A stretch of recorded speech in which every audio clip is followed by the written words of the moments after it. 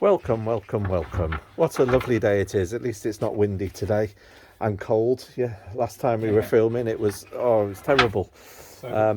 So we are the end. Yeah, it's exciting. So there's one thing I want to show before we go any further, and that is the difference in the size of this wood. You can see how it's way thinner than it ever used to be, where it's got no moisture, and that's really the reason we're not cleaning this wood up and reusing it. Plus, of course, the holes on the end are a little bit shot. But that new wood is considerably thicker. Oh yeah. And that's just going to give it more structure and integrity for the next 40 odd years. So since you saw us last time, we've finished painting the bottom, just put the first strut on, and what we're going to do now is just carry on putting these struts in.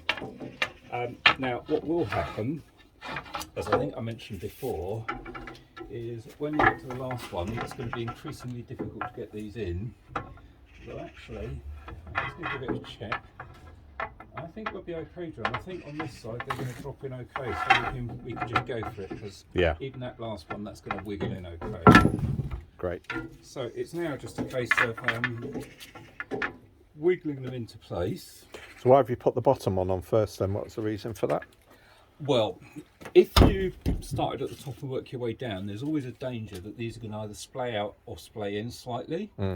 By putting this one on first, that fixes the width, and then you're not going to end up with your legs like that or like that, which will be quite distressing if you get to the end and you find that your last bit of wood is kind of finishing here and doesn't quite reach far enough for the bolt. So let's just get one in, and then from then on we've got a nice easy job.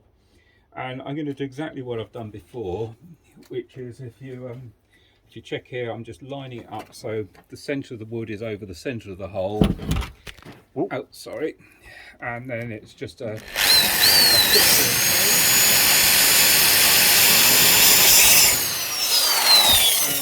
that means I know my bolt is going to line up perfectly through the wood, through the hole, says he. Maybe a little wiggle. We've got a tough one.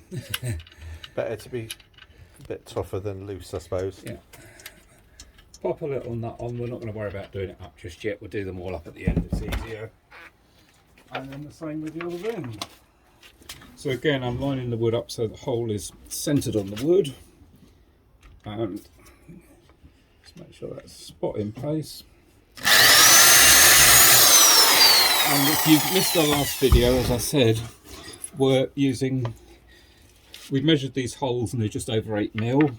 We're using 8mm bolts, 8mm drill bit, and happy days, everything fits. Yeah.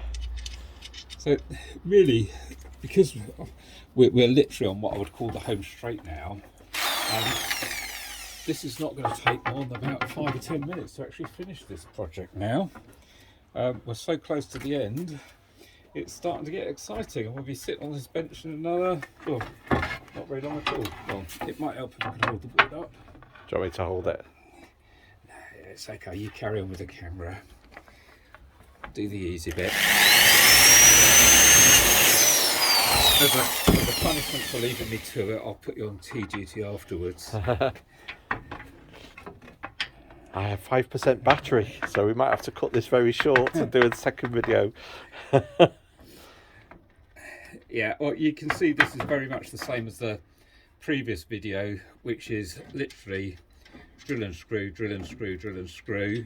This is the nice bit where everything comes together, isn't it? You can start to see how it's forming. What we're going to do is we're going to put all these bits of wood in, and then we'll screw that strap back down to the wood. Yeah. Screw these straps onto the plank that will go across there. They'll screw onto there, and before you know it, the next video will be the completed bench. Yeah. So we will see you then. Yeah.